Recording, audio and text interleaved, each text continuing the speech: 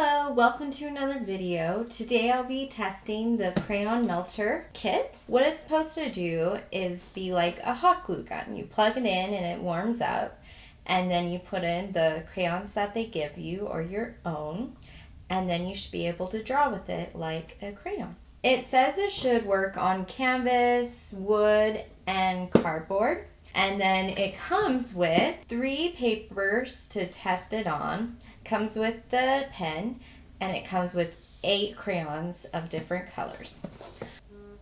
Oh, and apparently heats up in 1 to 2 minutes. Let's break this thing open.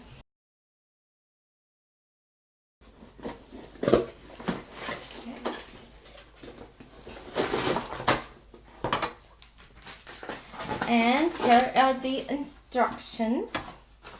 So, step 1. Press and pull the label cutter over the crayon. Peel off the labels. I'm going to use what they give you, and it came with no paper, so I'm not going to worry about that step.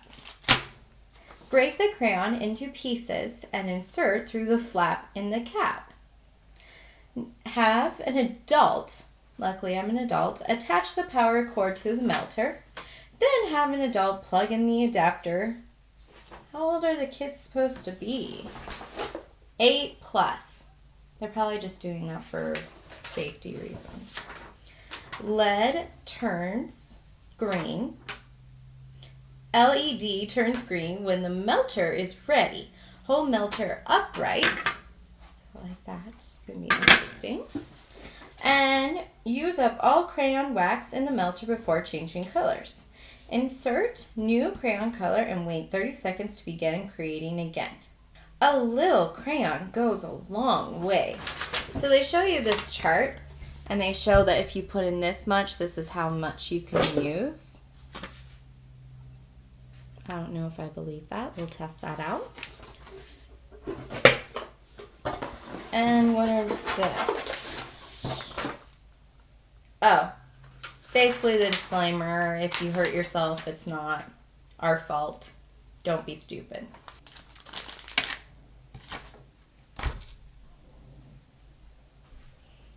It came with one, right?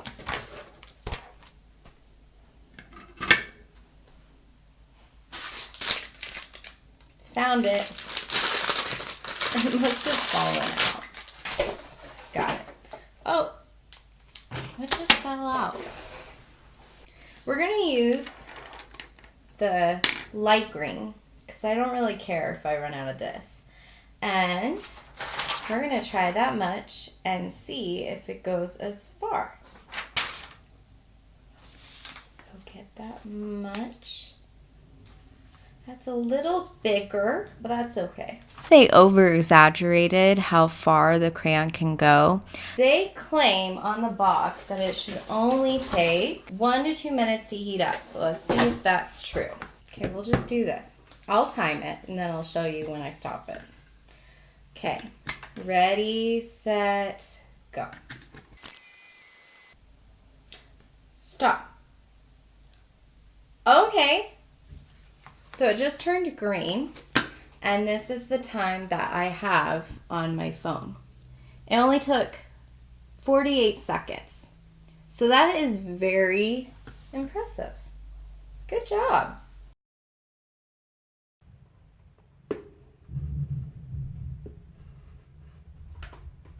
Okay, maybe I need to give it a minute.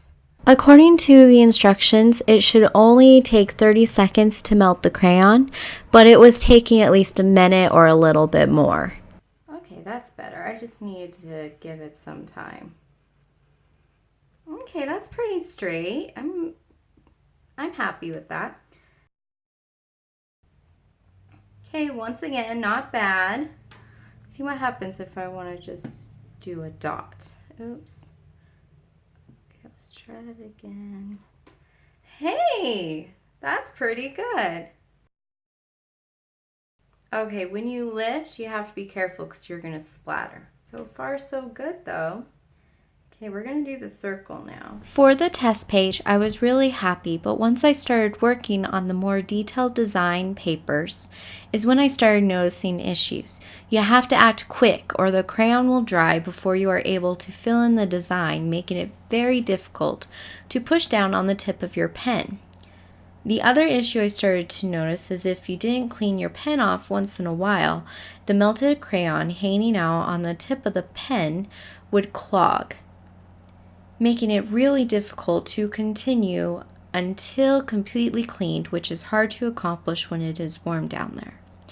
Obviously, it is not ideal to have to clean a tool while still warm, and the ability to change from one color to the next was really challenging. You had to scribble on a separate piece of paper until nothing is coming out.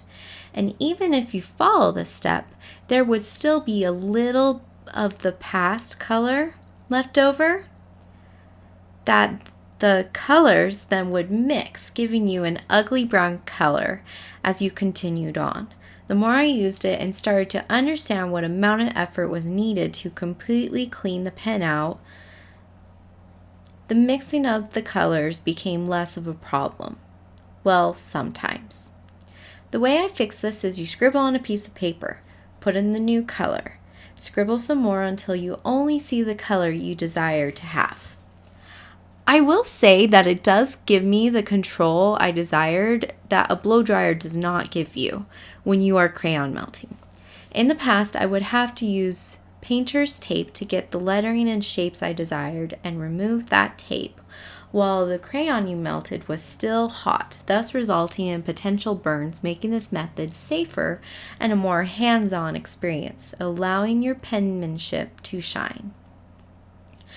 However, I would never use this for a whole project, and to a certain extent, the pen wouldn't allow you to use it on all the materials they claimed. For my cute decorative box, I thought putting cherry blossoms on top would be nice, and it went really well on the top. But when I tried to go on the sides, it was a little bumpy and uneven, making pushing on the tip of the pen really difficult, so nothing would come out. I gave up trying to decorate the sides of the lid and the rest of the box when I saw that it wasn't transferring and instead was clogging the pen, making it difficult to work, even on the smooth surface. So that's the crayon melter. I would give it 3 stars. I do like that you can draw lines and circles and shapes, but for coloring in, it was really difficult. It would clog.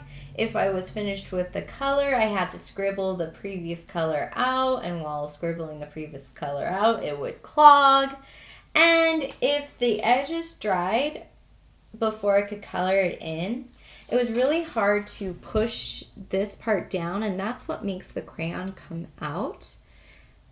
And so if you couldn't get that to push down, you couldn't get the crayon to come out, and that was just really frustrating. Would I use this again? Maybe. I mean, it did work on the cardboard. I was able to get the flowers out. They're not perfect. My favorite one is probably this one. And I keep forgetting. I'm sorry. We're going to put that in its stand because that's annoying. The green lines for the stems of the flowers were really easy to draw. But when it comes to the edges, it was really hard to continue it because it was a little bumpy. And if you tried to put details on top of the crayon, you couldn't because you couldn't put pressure on the pen, and then eventually it just fell off because it wasn't hot enough. It was a little frustrating. I might use it again. What I would use it for is to draw out the area and the details of where I want the crayons to go, so I can have an image of what my whole picture is going to end up looking like. But I would choose the blow dryer for the rest of the picture over this tool. The other thing is I would never use it with paper again. Like this works, but then it doesn't. Like see how it's already cracking? Nope. If I was trying to flatten this to put it in a frame, eventually it just would be a mess because it's bending. Like see how it's peeling up? No one can see that. You're out of frame. So that's my opinion of the crayon melter. You're welcome to go buy it if you want to. I wouldn't recommend this tool. I'm sure there's other tools out there that are a lot better, but if you like crayon melting and you're 8 years old and your mom doesn't want you ruining her blow dryer, then as long as you have adult supervision, go ahead and go at it. Thank you for watching. I hope you like this review. Bye.